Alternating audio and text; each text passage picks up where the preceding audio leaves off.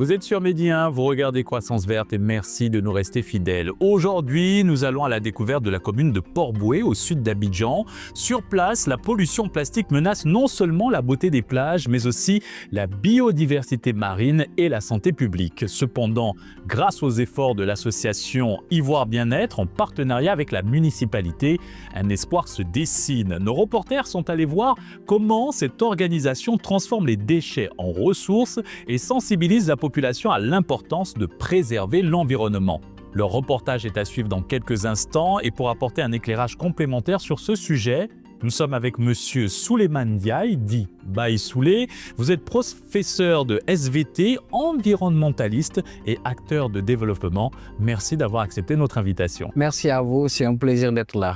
Baye Soulé, on se retrouve ici juste après notre reportage, direction la Côte d'Ivoire, avec Noam Karsinkati, Eva Sanya et Moussa Ndir. La commune de Port-Bouët, située au sud de la capitale économique ivoirienne, est confrontée à un grave problème environnemental. Les déchets plastiques charriés par les eaux pluviales s'accumulent dans les rues, les caniveaux et sur les plages, contribuant à une pollution massive qui nuit à la biodiversité marine et à la santé publique. Face à cette situation, l'association Ivoire Bien-être agit en partenariat avec la municipalité pour lutter contre cette pollution. Grâce aux équipements mis à leur disposition, ses membres mènent des actions concrètes pour assainir la commune.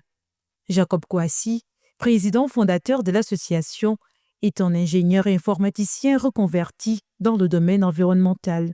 Son engagement débute en mai 2018, après avoir participé à un séminaire organisé par la Fondation Magic System et l'Institut de la francophonie pour le développement durable sur l'urgence climatique. En 2018, après la participation au séminaire sur l'environnement et les changements climatiques, nous nous sommes rendus compte que nous pouvons mener des actions dans ce cadre-là et permettre aux populations de vivre dans un environnement sain. Donc, à partir de là, nous avons commencé à mener des actions avec l'association Ivoire Bien-être de collecte et d'assainissement d'espaces publics. Nous avons commencé réellement à collecter en 2020. En 2020, début février, mars 2020, nous avons fait quelques activités pour collecter, pour voir quelle est notre capacité à collecter. Et nous avons fait des projets et nous avons soumissionné notre projet à l'Union européenne qui a accepté de nous accompagner sur une expérimentation de notre approche de l'assainissement des espaces publics. Et donc, dans cet accompagnement-là, ils nous ont permis de travailler sur 2 semaines. Et sur les 2 semaines, nous avons produit plus de 12 tonnes de déchets plastiques. L'association a pour mission de sensibiliser, former et valoriser les déchets plastiques à travers leur transformation, tout en impliquant les populations locales. Une vingtaine de bénévoles participent activement aux collectes dans les espaces publics, en bord de mer et dans les rues de Port-Bouët, une cité balnéaire du sud de l'Abidjan. Chaque quinzaine, nous organisons des collectes massives avec d'autres personnes. Donc, en dehors des 20 personnes qui, de façon journalière, nous accompagnent pour faire la collecte, donc qui sont des bénévoles. Et puis, des personnes qu'on fait venir, comme ça, 2 fois par mois, en grand nombre, 300-400 personnes, au cours d'une de nos activités que nous appelons EcoFit, et qui viennent, qui collectent. Donc, nous récupérons les déchets plastiques que nous ramenons sur notre site. J'ai vu que les déchets plastiques sont un danger pour l'environnement. Et à travers le biais de ce monsieur, nous avons trouvé le gain de se jeter dans un tel projet pour que l'environnement soit bon et puis sain, en ramassant les déchets plastiques. Comme de nombreuses zones en Côte d'Ivoire, Port-Bouët est exposé à une pollution plastique préoccupante, similaire à celle de la lagune ébriée et des plages de Grand Bassam. Les déchets mal gérés finissent par être transportés par les eaux pluviales jusqu'aux plages et aux lagunes, causant d'importants dégâts environnementaux. Pour remédier à cela, l'association a mis en place des unités de collecte et organise régulièrement des opérations de nettoyage en collaboration avec la population et les autorités locales. Ces initiatives visent à sensibiliser les habitants aux dangers de la pollution plastique et à promouvoir des comportements plus éco-responsables. Notre projet est basé sur une économie circulaire, solidaire, inclusive.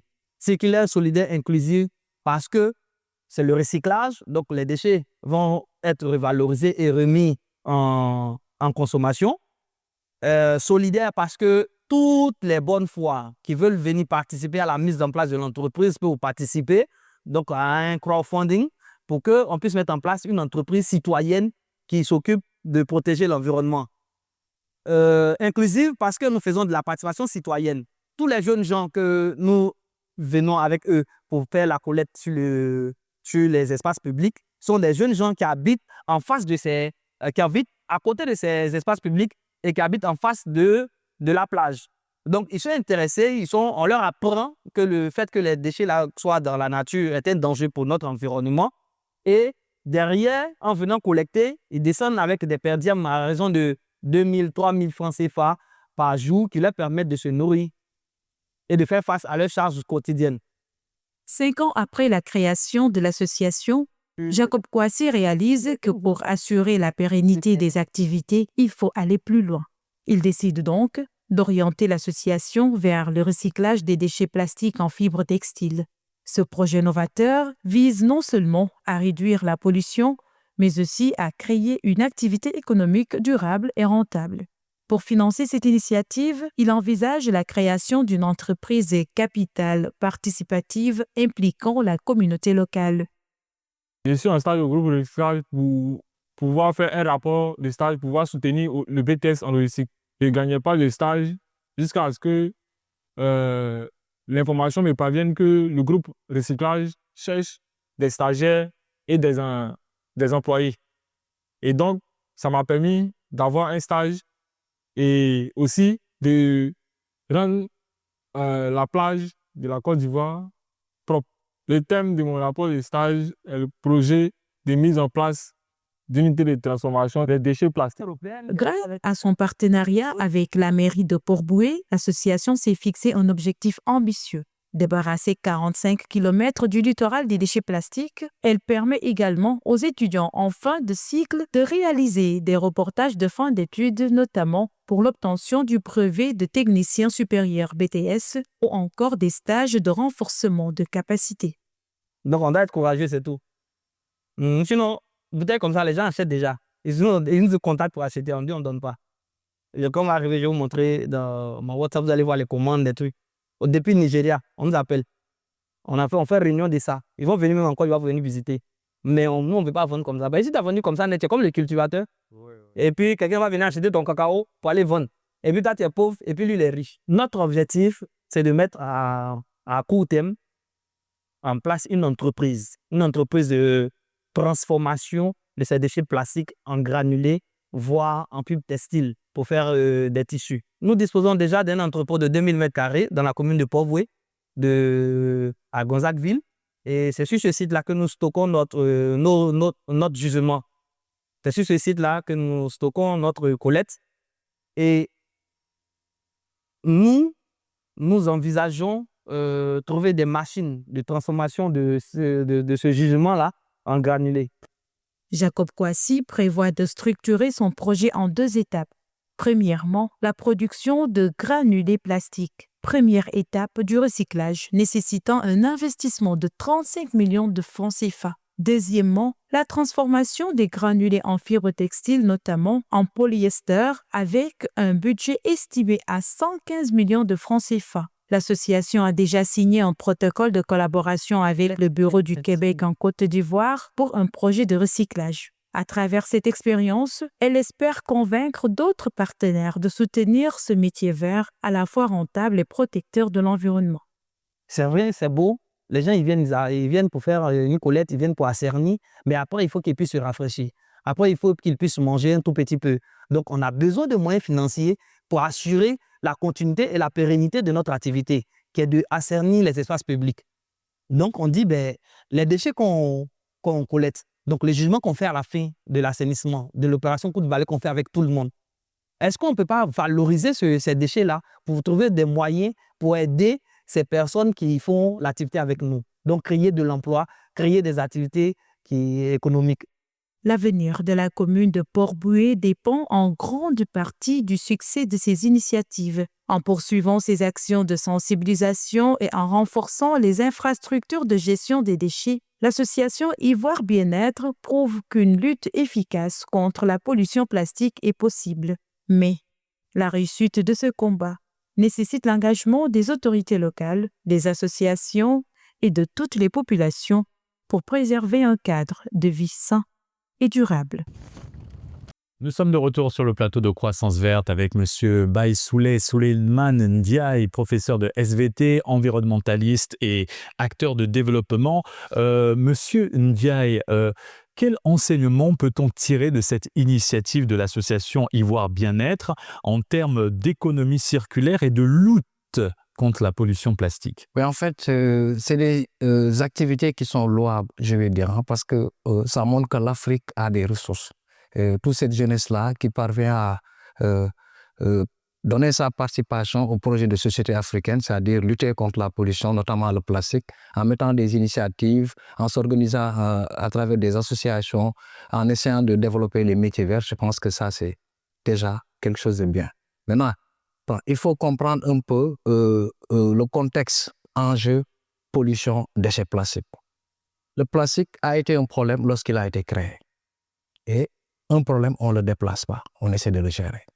Maintenant, c'est l'appréhension que nous devons avoir du plastique qui est un fléau, véritable fléau.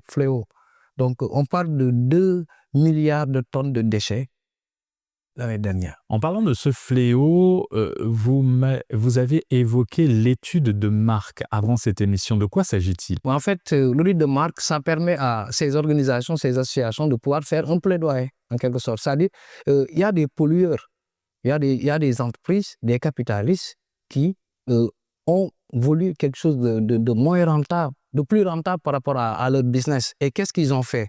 Ils ont choisi d'un contenant en plastique. Et l'étude de marque, c'est un peu ces jeunes qui vont ramasser ces déchets plastiques, ils vont le renseigner dans un document et pour dire que voilà telle marque. Donc, vous avez tant de tonnes de déchets plastiques qu'on a retrouvés dans tel endroit. Ça permet de les interpeller et de faire le plaidoyer parce qu'ils ont une responsabilité par rapport à tous ces déchets qui se retrouvent dans la nature et eux-mêmes devraient en amont essayer de gérer ça.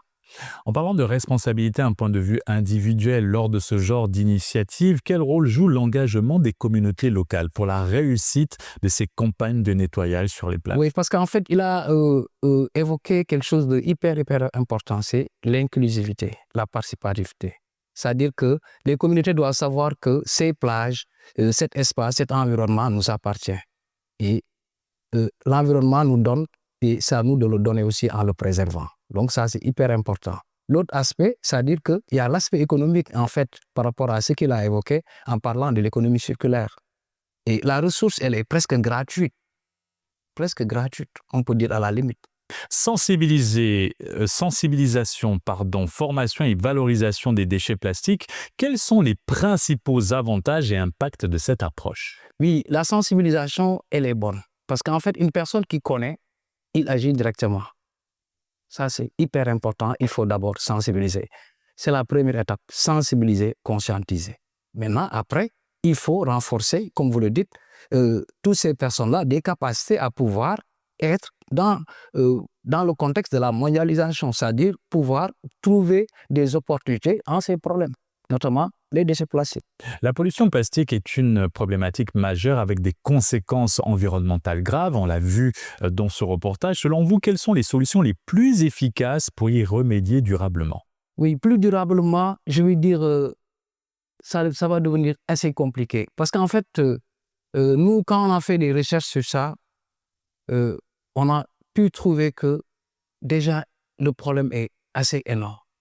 Transformer les plastiques en granulés, oui, un début de solution. Oui, un début de solution, c'est vrai. On peut transformer les plastiques en granulés, après les recycler, c'est-à-dire les réutiliser.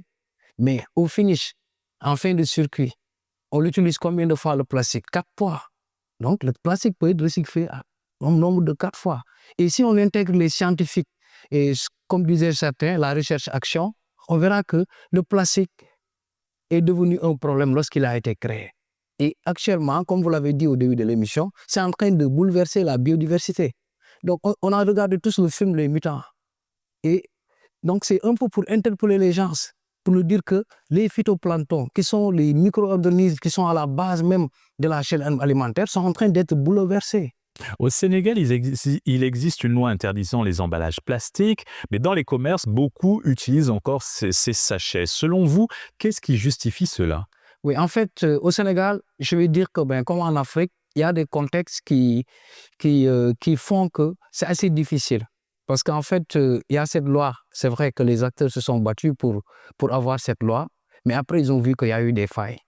Et toujours ces capitalistes-là essaieront toujours de pouvoir surmonter cela. Pour moi, actuellement, la volonté, c'est les gouvernants qui doivent comprendre les enjeux et se battre aux côtés des acteurs pour avancer sur ce problème. Monsieur Ndiaye, vous êtes professeur de SVT, environnementaliste et acteur de développement. Quelles actions menez-vous à votre niveau pour la préservation de l'environnement? Oui, d'abord, moi, je m'attaque aux enfants en faisant des ateliers, donc en essayant de les préparer, de préparer des leaders qui sont très conscients des enjeux et que la planète, c'est un village. On ne peut pas se dire qu'on a compris et créer un modèle de développement qui va détruire toute la planète et un jour revenir pour être le sauveur, le pompier. Avec cette jeunesse-là, comment abordez-vous la question de la préservation de l'environnement? Quelle méthode pédagogique privilégiez-vous? Oui, au cœur, parce qu'en fait, il faut travailler sur les cadres, les différents cadres. Dans les établissements, par exemple, dans les écoles, il y a ce qu'on appelle le gouvernement scolaire. Et j'invite tous les acteurs à aller mettre en place ces gouvernements scolaires et aider ces enfants-là à travailler dans un cadre inclusif qui vont permettre de pouvoir développer leurs compétences et les renforcer en capacité qui pourront leur permettre de se préparer pour les enjeux futurs. Selon vous, comment davantage valoriser les déchets plastiques pour favoriser la création d'emplois verts? Est-ce possible? C'est possible à travers le surcyclage, le upcycling, parce que ça ne demande pas beaucoup d'énergie et c'est de la créativité. Je pense que c'est à la portée de tous. Et quelle part de responsabilité incombe au pouvoir public et quel rôle les populations doivent-elles jouer pour améliorer la situation? Oui, les pouvoirs publics, comme je l'ai dit, c'est leur volonté qui est déterminante. Ils doivent accompagner. Ils ne doivent pas être dans ces carcans je répète beaucoup le nom capitaliste parce qu'en fait, c'est eux qui cherchent le profit, toujours le profit, qui crée des problèmes après et nous tous, on partage les problèmes. Donc, ils ont un rôle à jouer. Les gouvernants doivent comprendre que les enjeux actuels, ça demande qu'ils soient aux côtés des acteurs. Tout le monde a un rôle à jouer, les populations également, les consommateurs. Alors comment encourager et promouvoir des comportements plus éco-responsables au sein de nos communautés? Bien sûr, parce qu'en fait, dans la philosophie zéro déchet de l'économie circulaire, il y a un mot que j'aime bien, c'est de refuser. Je vais à la boutique, on me vend quelque chose que je pouvais prévoir. Pourquoi pas amener un sac avant qu'on me donne un sachet? Ça, c'est l'éco-responsabilité. Les couches hygiéniques, les couches pour les enfants. Un enfant né, chaque jour, on sort 4 couches. Vous faites 2 ans, ça fait combien de couches? 1000 et quelques couches. Donc, vous-même, vous poussez l'enfant à être un problème avant de grandir. Donc, il faut revenir à ces savoirs endogènes, parce que lorsqu'on était petit, c'est des tissus qu'on utilisait. Les femmes, lorsqu'ils allaient au marché, c'est des calebasses. Et tout ça, pourquoi on a laissé tout ça? Au village, il n'y avait pas ces décharges. Mais comment nos ancêtres faisaient pour gérer tous ces déchets-là? Donc, il faut mêler ces deux connaissances et aller vers l'essentiel. Alors, cette collecte de plastique que nous avons vue sur la plage, les plages de Port-Bouët ou sur d'autres plages sur le continent, est-ce une façon de mettre ces industriels devant face à leurs responsabilités? Bien sûr, parce qu'ils ont une responsabilité. Il y a la responsabilité du fabricant. Et je pense bien qu'il y a des solutions qui commencent à sortir, des gens qui disent qu'il faut faire la consigne, il faut faire tel, pour permettre que ces jeunes qui vont s'activer à aller ramasser, qu'ils puissent avoir certaines choses, comme il l'a dit, qui permettent d'assurer un peu leur survie. Je ne vais pas dire de l'emploi, mais leur survie. Parce qu'ils sont dans des zones très complexes et avec ces menaces par rapport à la biodiversité, ça risque de toucher un peu les ressources. Qui sont, par exemple, la mer, donc tout ça, on connaît bien que le plastique est en train de tout bouleverser par rapport à la biodiversité. Avant ce plastique, on utilisait le verre. Il y avait même d'autres ustensiles traditionnels qu'on utilisait et qui étaient réutilisables à volonté. Comment ramener les gens vers ces usages? Oui, commencez d'abord par les enfants, parce que ce sont eux les remparts. Maintenant, essayez, comme on le fait, donc à travers des cadres, à travers des organisations, donc à travers l'État même, pour que les personnes de référence puissent lancer ces messages d'éco-responsabilité, d'éco-citoyen. Et ces éco-gestes, il faut les valoriser, parce que les bonnes pratiques, il faut les mettre en œuvre, il faut les montrer, il faut les vulgariser, il faut des références pour les porter. Et là sera de l'impact par rapport aux communautés. Monsieur Ndiaye, revenons au concept zéro déchet. Pourquoi est-il si important? Oui, en fait, le zéro déchet, c'est important parce qu'en fait, les gens doivent comprendre que le zéro déchet, en fait, c'est un peu le zéro gaspillage. Les déchets nous parlent. C'est à nous de décrypter ces messages. Il y a ce qu'on appelle une caractérisation des déchets. C'est-à-dire, exemple, au niveau de là où on est, si on sort tous les déchets, on peut faire une caractérisation, savoir quels sont les déchets que vous générez. Chacun peut le faire chez lui. Donc, à la longue, ça nous donne des informations qui nous permettent de savoir lire quelles sont les informations que les déchets nous donnent. Il y a cette philosophie zéro déchet qui existe. Et les gens, quand vous le dites zéro déchet, c'est vrai que chaque personne génère des déchets. Chaque personne génère des déchets. Ça, c'est irrémédiable. Même au sein de notre organisme, donc, on génère des déchets. Donc, c'est le principe même de la respiration. Pourquoi le carbone là sort? Parce que lorsque l'oxygène entre, il va se coller au carbone et ça lui permet de ressortir. Donc, ça, c'est naturel. Maintenant, comment revenir au précepte où on fait du zéro gaspillage, où on comprend les déchets pour pouvoir les appréhender? Nos ancêtres avaient réussi ça. Ils avaient réussi à pouvoir ne pas être dans cette société de consommation. Donc, il n'y a même pas 2 jours, 3 jours. Les chiffres, c'est 2,1 milliards de tonnes de déchets qui a été produit. Et on va vers 4 milliards de tonnes de déchets. C'est énorme. Les gens vont vers la société de consommation. Vous achetez une machine qui, pour le fabriquer, c'est plus de 234 kilos. Et la machine, ça fait même pas 2 kilos. Et à chaque fois que vous voyez une autre machine, vous voulez acheter un autre. Votre téléphone, c'est plus de 100 et quelques kilos de matière qui ont été utilisées pour fabriquer votre téléphone. Et à chaque fois, tout le monde entre dans la société de consommation. Les gens doivent se réveiller et se dire que chacun a sa part de responsabilité. Et espérons que vous n'allez pas dans votre tombe et 100 ans plus tard, le déchet plastique que vous avez jeté, qui fait 400 ans, et vous envoie des signaux, vous dire que je suis toujours là, je vous attends. Alors cela nous invite à revoir nos habitudes de consommation et vous avez dit quelque chose d'important, les déchets nous parlent. Alors qu'est-ce que ces déchets disent de notre société actuelle? On est dans la société de consommation. Les gens aiment beaucoup consommer, mais il faut des consommations éco-responsables. Monsieur Ndiaye, encore merci d'avoir accepté cette invitation et pour cet excellent éclairage. Merci à vous, ça a été un plaisir d'être là. Et c'est ainsi que s'achève cette émission. Bonne suite des programmes sur la panafricaine.